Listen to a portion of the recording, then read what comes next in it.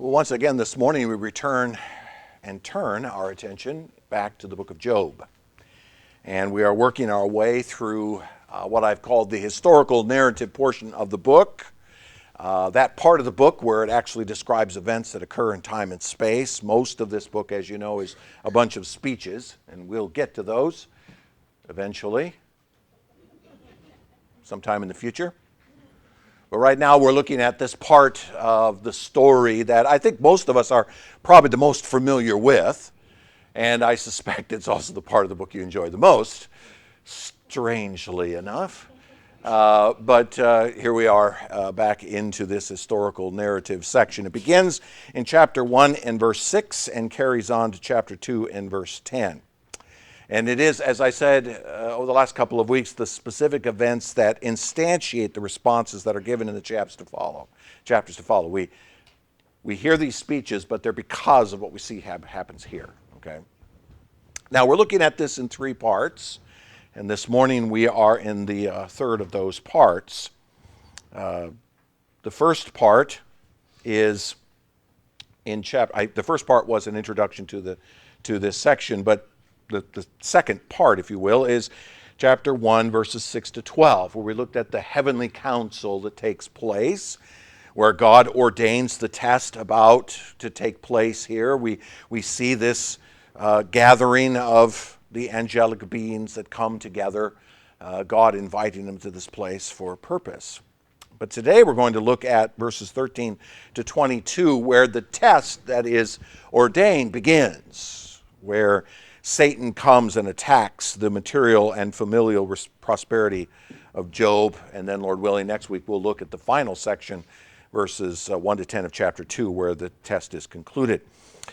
Now, let me remind you that this heavenly council was, as I suggested last week, a test. And I'm going to put that word in scare quotes because I'm not sure what word to use exactly to describe what's going on. But I'm going to call it a test. And I've been using that word. I think it's not a test in the sense that we think of it, but a test in a different sort of way. Last week we looked at this heavenly council, and there's a question that God asks in the midst of that council that really is the whole purpose of this book.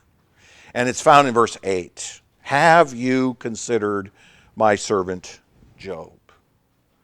That there is none like him. He is blameless and righteous and an upright man who loves God, fears God, and turns away from evil. That becomes the foundational question of this entire book. It is, of course, the question that sparks all of Satan's responses, right? Both to God and to Job, right?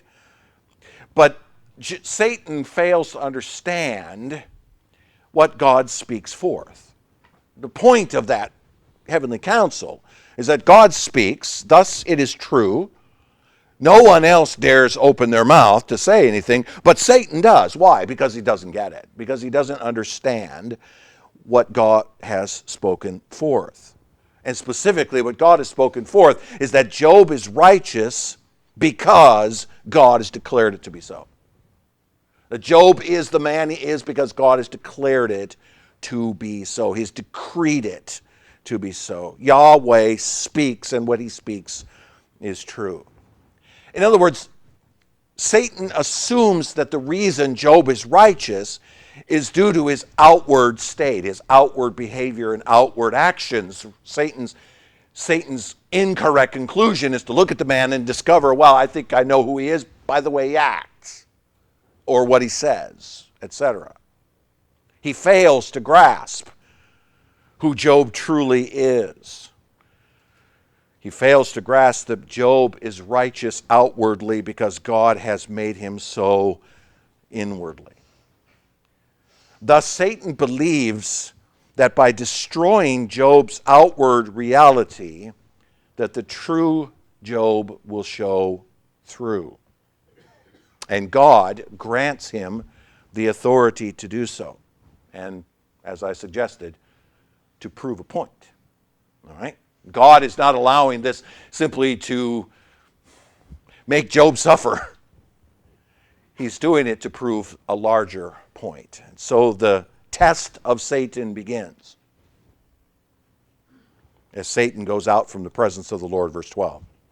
as Satan goes out away from the presence of God and back to the world that he inhabits, and he comes upon Job, which is where we come to this morning. So we come this morning then to verses 13 to 22.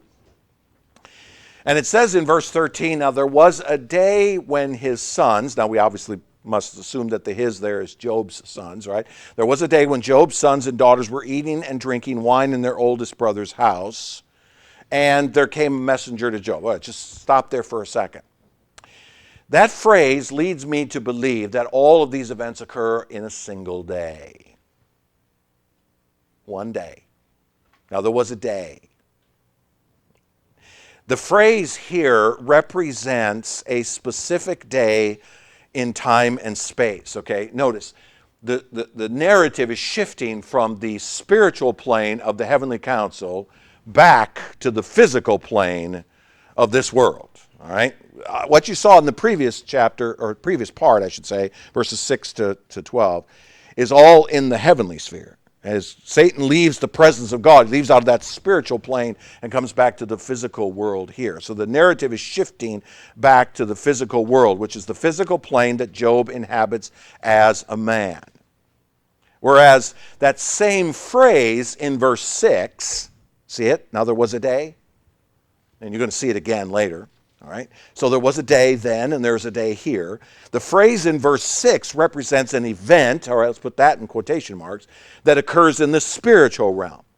Okay, it's a conclave, I'll call it a real conclave, of spiritual beings before the presence of God, but only on the spiritual plane. And so we don't know what it means when we would say there was a day.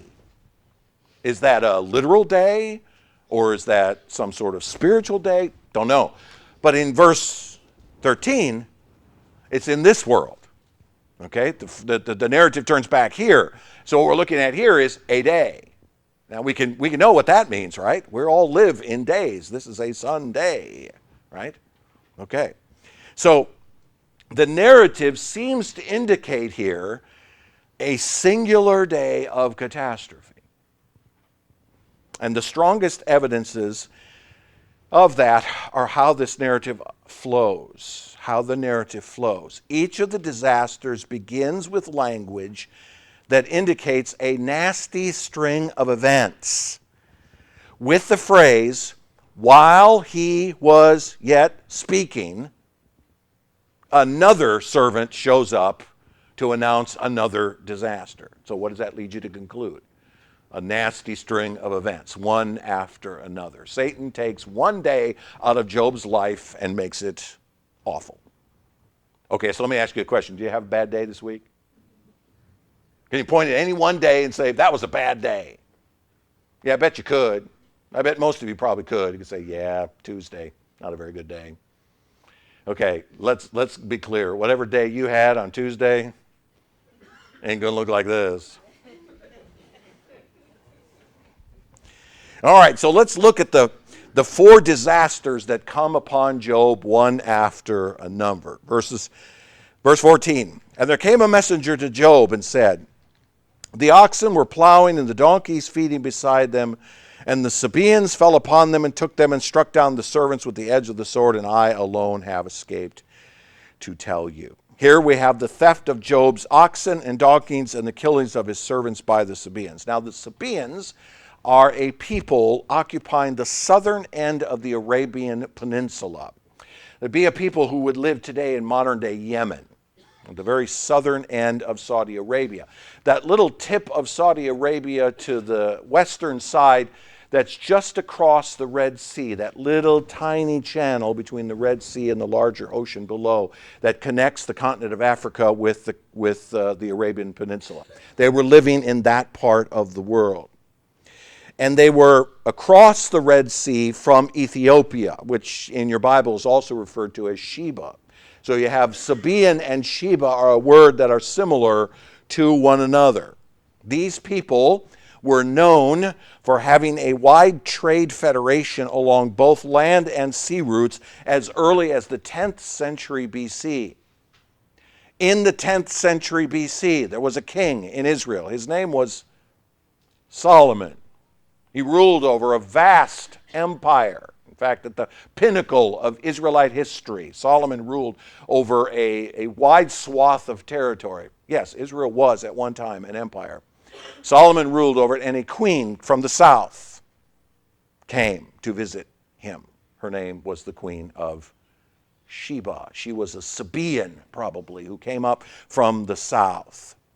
In other words, this attack is from the south. This attack is from the south. The Sabaeans coming up along the eastern coast of the Red Sea and invading Canaan and the Transjordan from the south. Now, oxen and donkeys are the ones destroyed here. Oxen and donkeys would have been Job's primary instruments of agriculture, growing his crops. Satan destroyed Job's means of growing his crops in this first attack. Kills all the servants associated with that as well, except one who managed to escape, but you get the point. Some sort of attack that Satan puts into the minds and hearts of the Sabaeans. They come north, they attack Job's primary means of agriculture. Verse 16. While he was yet speaking. All right, so that disaster is not even yet quite told, and another servant busts into the room and says, the fire of God fell from heaven and burned up the sheep and the servants and consumed them, and I alone have escaped to tell you. Now, this is the destruction of Job's sheep and servants by the fire of God falling from heaven. Now, this fire of God can be one of two things.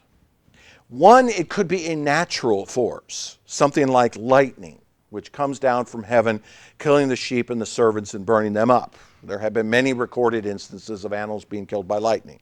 When we lived in Kansas, there was always reports of cattle that had been killed after thunderstorms because they stood out on a hill somewhere too close to a tree and boom. In fact, the lightning hits the tree and cattle all around the tree are killed by the force of the lightning coming down. So it's not unusual that this could be simply a natural force like lightning that comes down and kills the sheep and servants and burns them up. Or it could be, based on the language used here, a supernatural force. Some sort of force conjured up by the power of Satan coming down from heaven. The servant calls it fire from the fire of God, but that could be simply a way of describing an unknown supernatural fire falling from heaven in some way, from the sky above to destroy and burn up the living creatures. It's language that's similar to what Elijah calls down to prove his status as the prophet of God in 2 Kings 1:12. When Ahab questions whether he really is a prophet of God, he calls down fire from heaven. So we don't know exactly what that looks like, but whatever it was something strong enough to kill all of Job's sheep and the servants going with them. Okay, so it could be one nasty lightning storm or some sort of supernatural kind of thing that that Satan was able to call down. In this case, the attack is from above. Previous one is from the south. This one is from above. The fiery force coming down from the sky. Sheep would have been considered Job's primary food and clothing source. Satan destroying Job's basic subsistence in the forms of meat and milk and clothing and other things that sheep represent. While he was yet speaking, verse 17, so another servant busts in the door.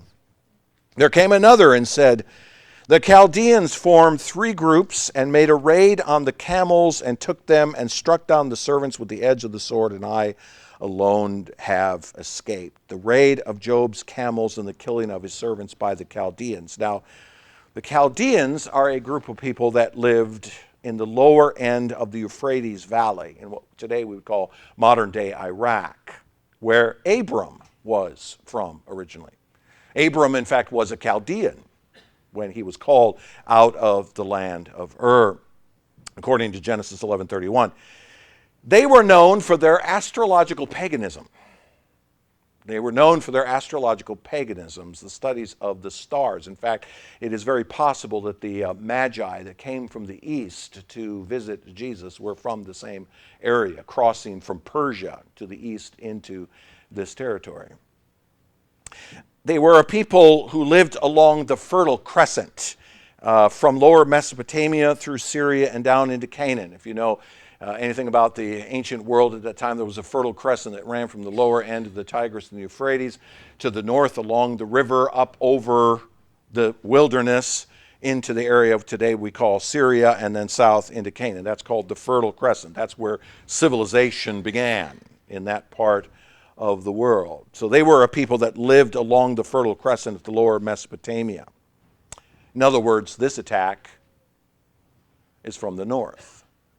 This is an attack of people coming down from the north as they have traveled up and around the wilderness to make their way south, coming south along the eastern coast of the Jordan River and invading the area around what we would eventually call the Dead Sea from the north. Camels would have been Job's primary means of transportation. Camels would have been what he would need to transport his goods, or, in this case, to resupply himself. So now he's without his donkeys and his oxen, which would be used for farming his ground, sheep, which he would use for his basic subsistence, and camels, which would be used for his transportation. In other words, all of the material wealth and support that Job would have needed to survive in the land he was living in were now taken from him. Which leads to a fourth attack. And I'm going to link verse 13 to verses 18 and 19. Verse 13. There was a day when his sons and daughters were eating and drinking wine in their oldest brother's house. Now go down to verse 18.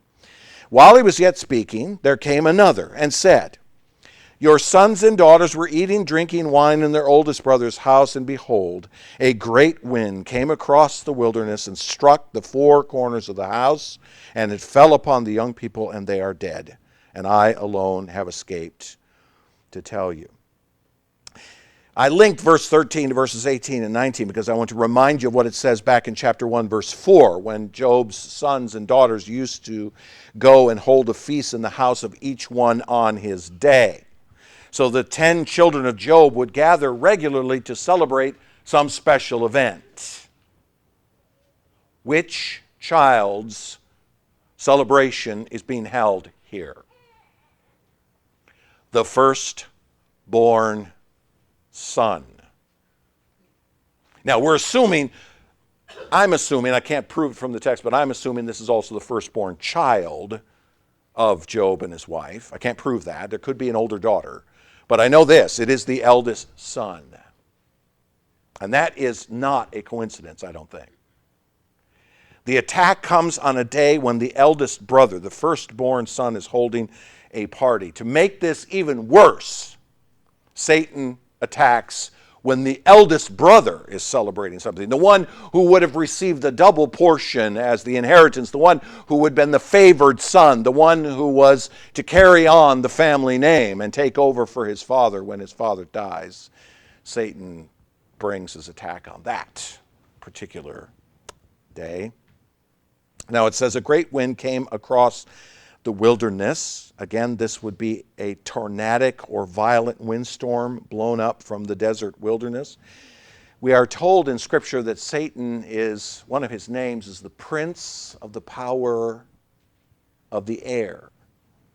And so he stirs up the natural forces of the atmosphere to destructive levels. Those of us living in this part of the world know what kind of winds those might look like, right? This attack then is from the east. It's coming across the wilderness. The wilderness would be that area to the east. Go from the Jordan to the east towards the Arabian Peninsula, and you have the wilderness. That's why it's called the Fertile Crescent, because people living in Iraq and lower Mesopotamia would have to travel up and over this wilderness because it's too dangerous to go through. It's a desert area, rocky, mountainous desert area. that you'd have to traverse. People didn't live there, but that's what Satan conjured up from that desolate place, to blow a wind across to destroy Job's progeny. The most important possession a man can have. Notice I said possession. Okay, I'm talking of physical possession. The most important possession a man could have, and more specifically, a man in an agrarian society can have, in an agrarian world. If you've ever lived in a world that's largely agrarian, where you've lived where most of the people are farmers, you know that it's their children that become most important, because they pass on their land and their possessions, and they work to give their children the next generation of what they have. Now that we've all moved into urban areas, we don't think like that anymore, but that's how it would have been in this day. For Job, this would have been the next generation to which his prosperity could be transferred. And I think for Job, even more importantly than that, the next generation in which his own faith could be passed on. Because we learned, remember at the beginning of this, it said that he would, after the feast days would happen, they would run their course, he would send and consecrate them and rise up early in the morning and offer burnt offerings according to the number of them all. He would go after they would party and make sure that they didn't blaspheme against God by offering a sacrifice to God. He was passing on his faith. He was protecting his children, but at the same time he was teaching them what it means to follow after God. And now that's all gone. There's no sacrifice for him to offer in this case, because they're all dead. They've all died. Satan destroys Job's life. All of what constitutes his life. After all, what's left to live for? His crops are gone, and any way to bring them in. His subsistence in the sheep that he had are gone. His transportation is gone, and now his sons are gone. What's left for him? Now some will say, yeah, what about that wife? Hold that thought. We'll get there. Won't be this week, but we'll get there. Now, I want to make 3 observations in regards to these attacks. First observation is this. Satan does not destroy all of Job's servants, does he? 4 of them survive this. 4 of them survive. Why? Well, for the purpose of reporting the disaster to Job. Right? Satan is not satisfied with just simply destroying Job's material world. He wants Job to know about it. And he wants Job to know about it immediately. Now. It's rubbing salt into the wound when it says, and while he was yet speaking, there came another. And while he was yet speaking, there came another. Job doesn't even have a chance to think about it, does he? Doesn't even have a chance. See, even Satan recognizing that killing everyone is a bad idea. Okay? Better to let a few live to accomplish a greater, more evil purpose, i.e., his wife. Okay, so hold that thought. Second observation, as I noted with you, Satan attacks from virtually every direction. Now, I say virtually speaking because there was no attack from the west, but who cares? The one coming from above is substitute for the one coming from the west, because there's an attack from the south, there's an attack from the north, there's an attack from the east, and one coming from above. Who cares if it doesn't come from the west, right? It's virtually every direction, all at the same time. We would call this a shock and awe series of disasters, all right, that would strike Job down to the very core, would shake him down. As I said a moment ago, he doesn't even get a chance to stop and consider each event. He doesn't even get a chance to stop and consider the fact that, oh, all of my oxen are dead. What am I going to do about that? All of my camels are dead. What am I going to do? All of my sheep are dead. Now all my kids. He doesn't even get a chance with any of those things to actually stop and consider it. He would be stripped bare in a very short period of time, thus revealing his true nature almost immediately. That's the point. That's the point. Satan believes that such a concentrated amount of disaster falling upon Job would reveal that Job's righteousness was an illusion. He believed he could do that. He believed that he could strip away Job's material world so quickly that Job's, by taking away all of his material blessings, strip it all away in a flash, and Job would have nothing to rely on. Nothing. Nothing to rely on. Nothing. Thus, he would curse God, and Satan would be vindicated in his assertion that Job is only righteous because God protects him. He's only righteous because God protects him. That's why Satan does this as he does. He doesn't give Job a moment to pause and reflect. Well, okay, I can handle that. I can live with that. Nope. Boom, boom, boom, boom. Satan is believing that he can strip Job down so very quickly that Job's true nature will show through. Which leads me to a third observation. The book of Job is not primarily about what Satan is capable of doing, okay? Many read this book and come to this as an apologetic for who Satan is and what he can do, and I get it. This is one of the most primary places in the Bible where we see the nature of Satan so very clearly, right? But it's not really about that. But it does demonstrate the power that Satan possesses. And more specifically, that we ought not to take that for granted. Okay? We ought not to take that for granted. We ought not to take him for granted. You will notice that in these attacks, Satan is capable of using human agents, natural forces, and, assuming the fire from heaven is some sort of supernatural event, supernatural forces as well. He's capable of using many kinds of different things to bring his attacks against those for whom he's been given permission to do so. Oh, we do believe he's been given express permission to do this, right? Because we saw that already in the heavenly council. But make no mistake about it, Satan is capable, and through his minions is capable of bringing real danger, which leads to a principle. There is a real, substantial, and personal evil force in this world.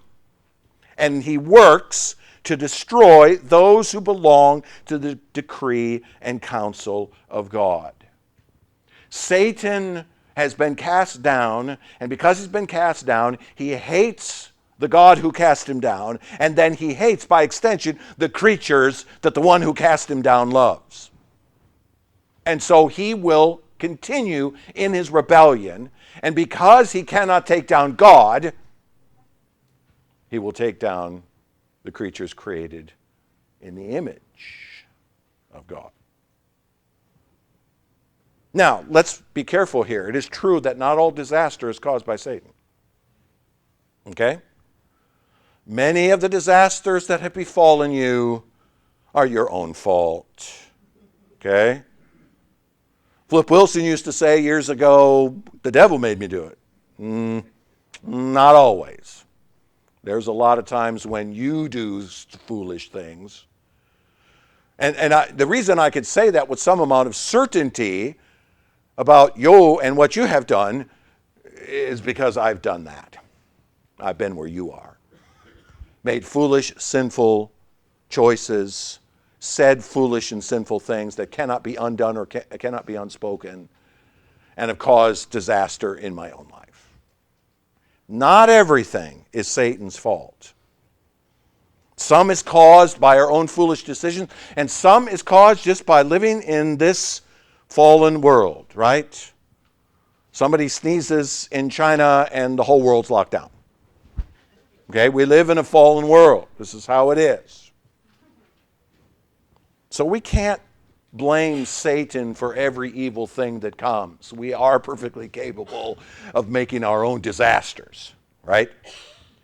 But we must not, if we live under a biblical worldview, we must not dismiss or minimize his power. He is out there. He is out there destroying lives. He is sending his minions into the lives of people and convincing them by his lies, and he uses lies as his primary mode of destruction, right? Lies to get people to be destroyed. He is there. He is real. Now, I understand that what I just said is all contrary to this secular, anti-supernaturalistic worldview that we live under. As I said, as I've said many times, only about 30% of American evangelicals believe that Satan is real. 70% of American evangelicals. I'm not even talking about mainline. They pretty much abandoned all supernatural not too long ago. But amongst evangelicals, people who claim to be preachers of the gospel don't even believe he's real. Well, the Bible says he is. The Bible doesn't make an apologetic for him, as I've already noted. He is real, and he is dangerous, and he destroys. Secularists cannot see such forces because Satan himself has used the religion of secularism, and make no mistake, secularism is a religion. It has all the marks of religion. He has used the religion of secularism to hide his own existence. Here's the irony. Convince the world you don't exist and you can do anything you want. Convince the world that you don't exist and you can do anything that you want. And no one dares put it against him. He is free to operate without any bounds now in this world by us. God bounds him, of course. But in this world, there are no bounds to him because we've said he doesn't exist. He's not real. I don't know how to explain this, but hey, it can't be Satan. But from a biblical worldview, we know he's there. We know he's real. But I say all of that to remind you of this. What we learn from this chapter should be this: but although our power against Satan physically is weak, we have great power over him through what God has decreed to do through us. Our power is not in ourselves over him, because if we were put into a cage match with Satan, we lose, period. But yet the scriptures tell us that we have great power over him as those established by God. What does Paul say in Romans 8? If God is for us, who can be against us? And that's a reference to Satan. Make no doubt about it.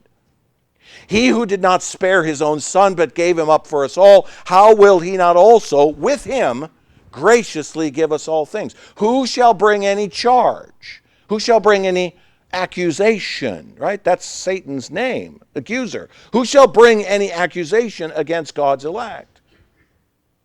It is God who justifies. It is God who declares the righteous to be righteous. It is God who declares who is who. Satan is powerless against what God has proclaimed. He can attack, but he cannot change what God has declared to be true. And that is key in understanding what's going on here. Yes, Satan attacks the outward because he has no choice. He cannot attack the inward because what God has declared to be true must remain as it is. Which leads us then to the most important part of this section, and that is Job's response. Because you remember, this is a test. And what is the first thing that Job does? Verse 20. And Job arose and tore his robe and shaved his head and fell on the ground and worshipped. Now, he didn't go down to his local altar and sprinkle some incense there. He didn't recite 3 Hail Marys and sing 3 stanzas of Just As I Am.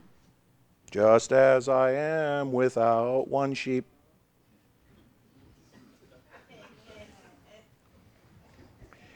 Okay, so his worship was not some external form of religious ritual. You know what? We go there almost automatically when we think about worship, right? We think of external ritual and rites that we do this, we do that, right? We come to the church, we stand up, we sit down, we do our religious calisthenics every week. That's not what we're talking about here. Job is doing so much more than that. When it says that he tore his robe and shaved his head, those were ancient signs of mourning.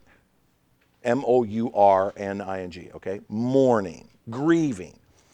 It's a natural response in that culture to death and disaster. You know, we don't do that. You know, we don't see people today tearing their robes and shaving their heads when a disaster falls down. But in that particular day, that would have been the custom. In other words, Job responds, firstly, as you would expect, given the disaster that has befallen him. What would you expect him to do? His 10 children have just been killed. Forget about the sheep and the camels and the oxen and the donkeys and the servants. All those things are important too, but the 10 kids are gone. His most prized possession. The one he's been, the group of children that he's been passing along his faith to. How does he respond? He responds how he should. Okay? He responds normally, as you would expect. He tears his robes and shaves his head. But the writer is clear to point out one additional step. He doesn't just tear his robes and shave his head, but he falls on the ground and worships. In the midst of his terrible grief, and it implies that Job did outwardly what he felt inwardly was most needed in the moment. What was his first response? As the man. From his heart and from his soul. What's the first thing he does? He falls on his face before his God and worships. And the substance of his worship is found in verse 21. Naked I came from my mother's womb, and naked shall I return. The Lord giveth, and the Lord taketh away. Blessed be the name of the Lord. Verse 21 is the profession by Job of what he considered to be the most important thing in the world. A profession by Job of what he considered to be the most important thing in his life. Now let me ask you a question. How would you respond if such a disaster fell upon you? Okay? How would you respond? If God took away everything, He took away all of your money, He took away your home, He took away your business, He took away your cars, and then He killed your children and your grandchildren. Everything's gone. How would you respond? Now that's clever. I'm not going to say that out loud, but that's clever. How would you respond?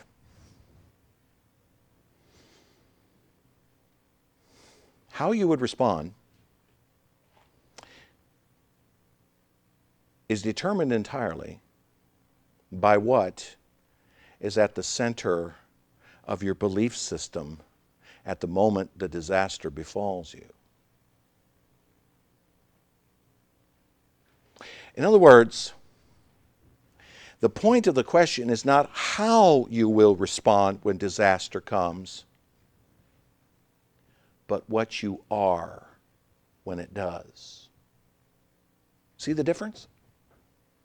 I could ask you today, how would you respond if God took away everything and took away your children? Your response would be, I'd be fine. I'd worship the Lord still, my life would go on. Everything would be wonderful. Liar. Because here's my point. You don't know how you will respond. It's just a theory at this point. See, prior to Job's attack, it was just a theory. But suddenly it became real. And we don't really know how we will respond in the moment until that moment is really there. We watch war movies, and we sit and watch these soldiers and how they respond, and we think to ourselves, I would have done a better job than that. Really? Are you sure about that? You don't know. In the midst of that, oh, if I were there at the cross, I would not have denied Jesus, right? I would have, Peter, right? Exactly. Everybody else will abandon you, but I won't. Really? How do you really know? You don't know. You won't know until the moment comes upon you, right? So the question is not, how do we prepare for that moment in the sense of how do we figure out how to respond? No. What we must ask ourselves is, who will we be at that moment disaster comes? That's the more important question. Who will we be? How will we respond to disaster then is determined by what we've come to believe now. And continues until then. Do you see that? See, the point of coming under the Word on a regular basis is not to undergo some religious exercise that somehow, make sure that God checks that off on his thing. No, that's not the point. What is the point? The point is to be transformed so that when the day comes, when the disaster finally befalls you, you are ready for it by virtue of who you are. And this is what comes out of the mouth of a man who has lost everything. Here's what comes out of his mouth. Naked I came into this world, naked I shall return. Job recognizes one simple reality, that as a creature, he has no right to anything, good or otherwise, in this world. As a creature, we have no inherent right to anything good or evil, period. We happen to live in a day and in a culture and in a nation which has granted us unparalleled prosperity.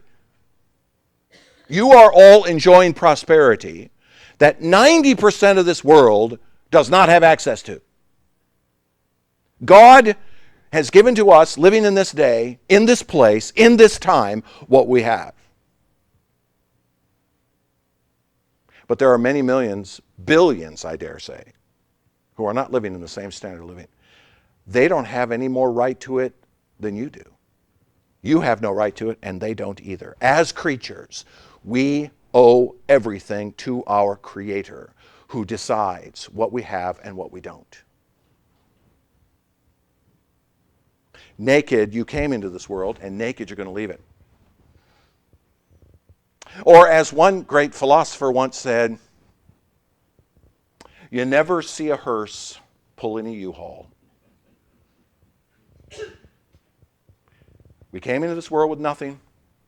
We're going to leave with nothing. And any blessings we have in between are entirely by the grace of God alone.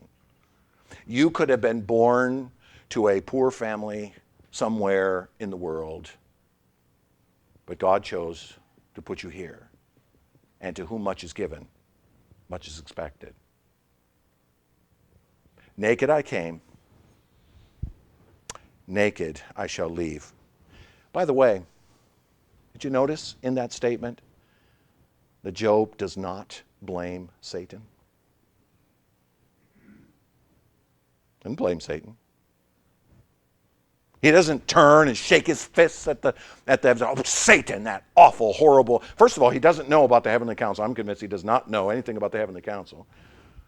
He may not even know Satan in reality. At this point in progressive revelation, there may be no real understanding of Satan at all in the world.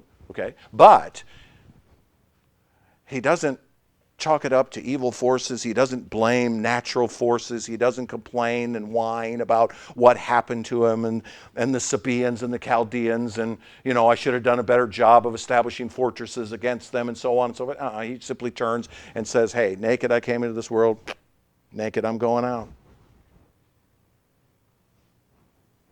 Which, by the way, seems to anger Satan. We'll talk about that next week, Lord willing. But then he comes and he says this. The Lord gave, the Lord has taken away. Blessed be the name of the Lord. I like using King James English here. The Lord giveth, the Lord taketh. Blessed be the name of the Lord.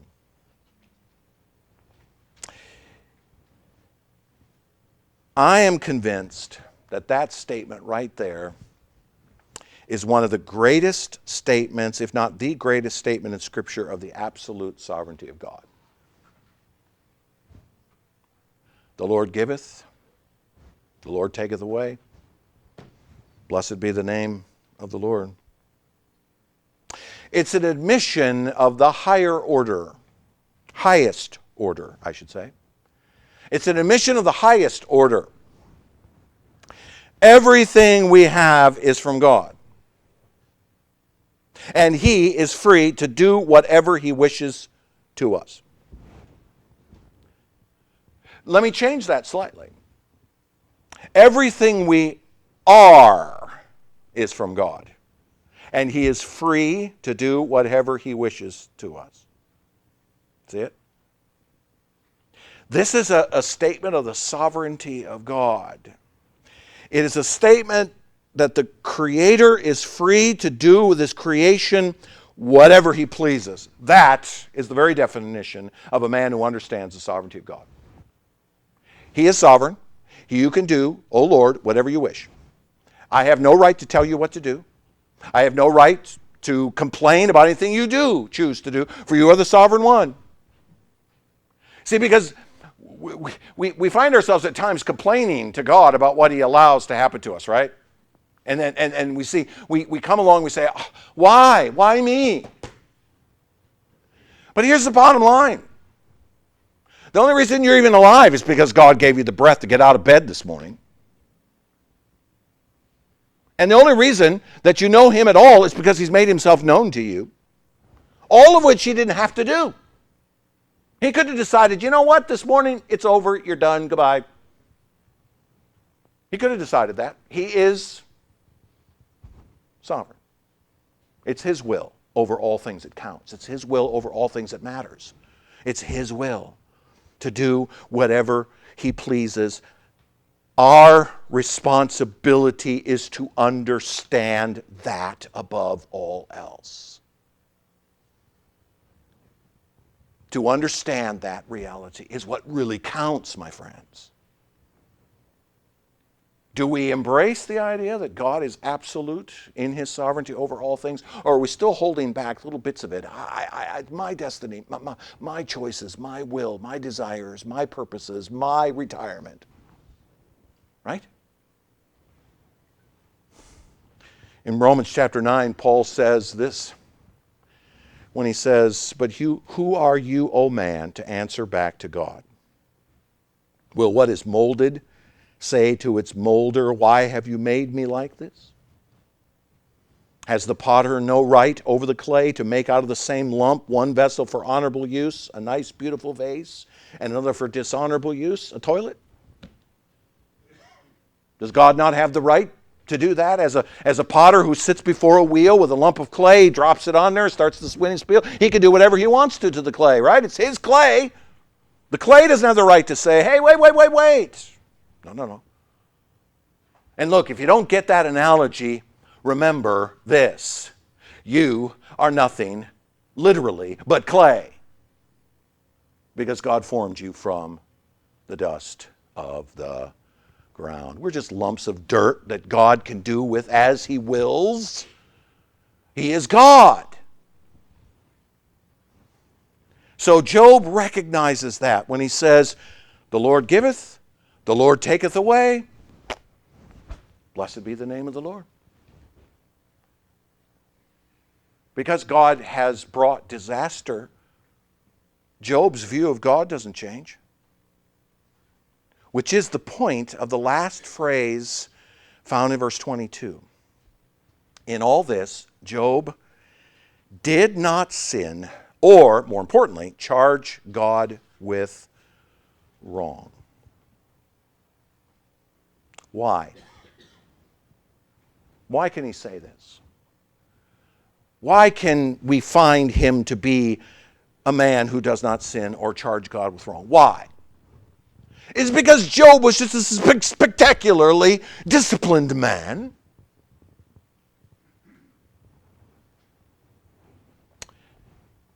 I will say this, and this again is the point. The point of why God asks this question of Satan. Have you considered my servant Job? I want you to consider him. I want you to consider him. Not his stuff. Him. Why? Because he was a man made righteous by God, declared righteous by God, which becomes made righteous by God. And his outward action flowed out of his inward nature. This phrase in verse 22 is the proof text of chapter 1, verse 1, and more importantly, chapter 1, verse 8. God says, Job is a blameless and upright man. And there's the proof text for it. He does what flows out of his nature. Remember, Satan's goal here was to strip Job bare of all of his external niceties, such that his true nature would show through. Satan's there wringing his hands going, yeah, I'm going to kill all of his sheep. I'm going to take away all of his camels. And I'm going to kill all of his servants. Oh, yeah, I'll kill all of his children too. And we'll see who this man really is.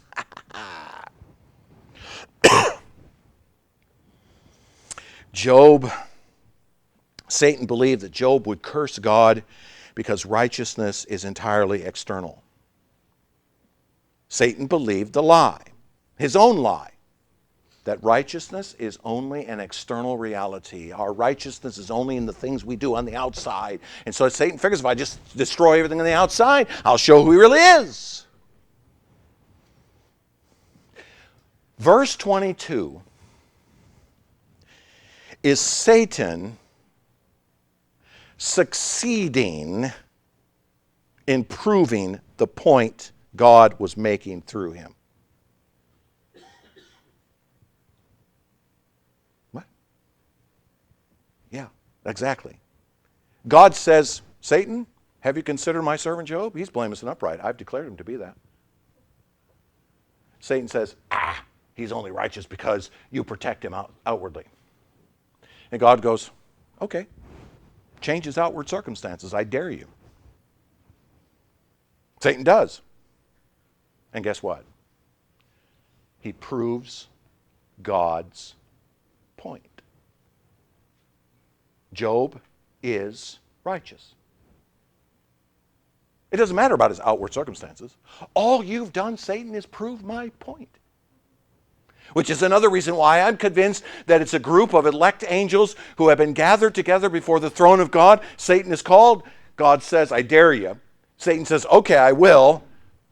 And all those angels look with spectacular view of God's word being true. And a great chorus of hallelujahs breaks out. Good work, God. You're right. Glory be to you.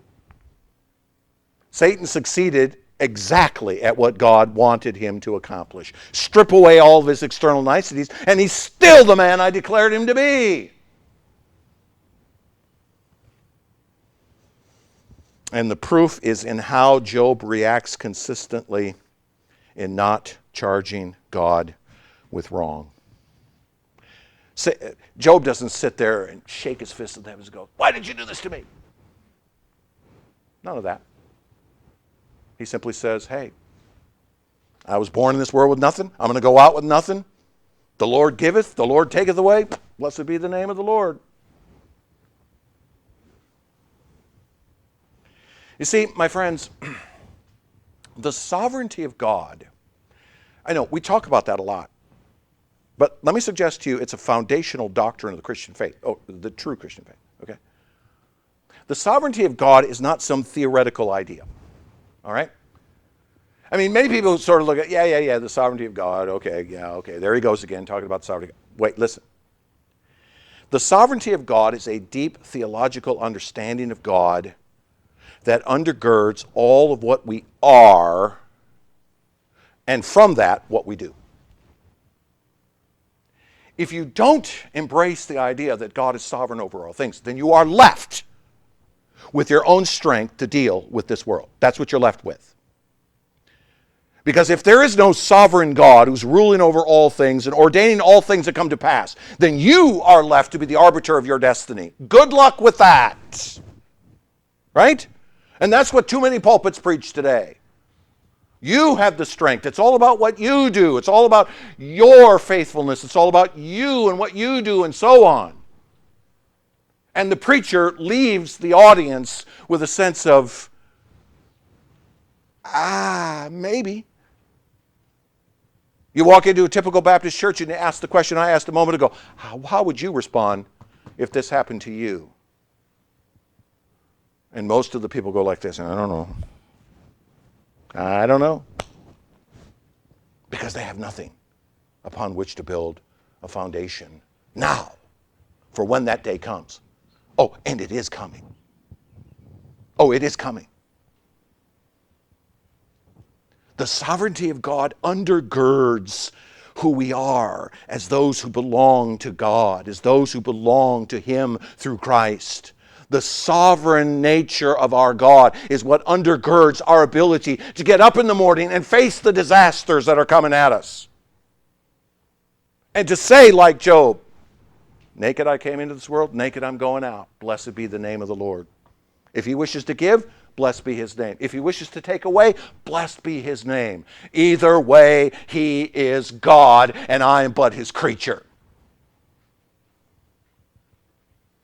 And that is the essence of true worship. You cannot worship God if you do not accept He is sovereign. Sorry, you can't. It just doesn't work. You can't stand before God and say, hey, I'm worshiping you. I know I'm in charge down here.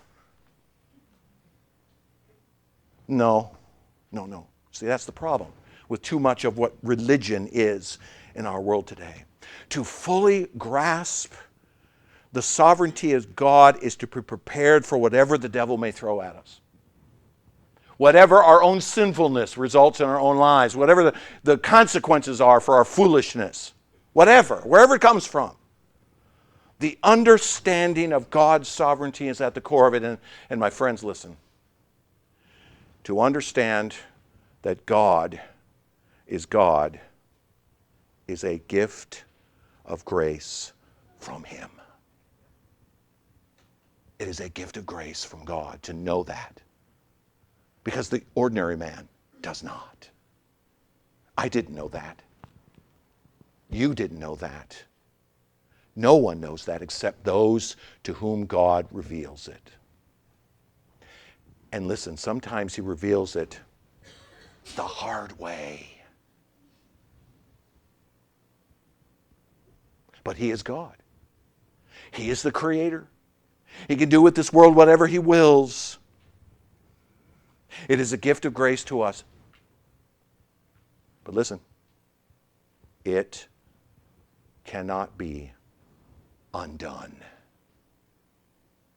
What God declares to be and what God reveals to be cannot be undone. I'm reticent to say these words. Give me your best shot. I don't want to say that. Sorry, just kidding. But here's the thing. That should be our attitude. As we go out into this world, okay, we are going to discover disaster. We are going to suffer. We are going to mourn.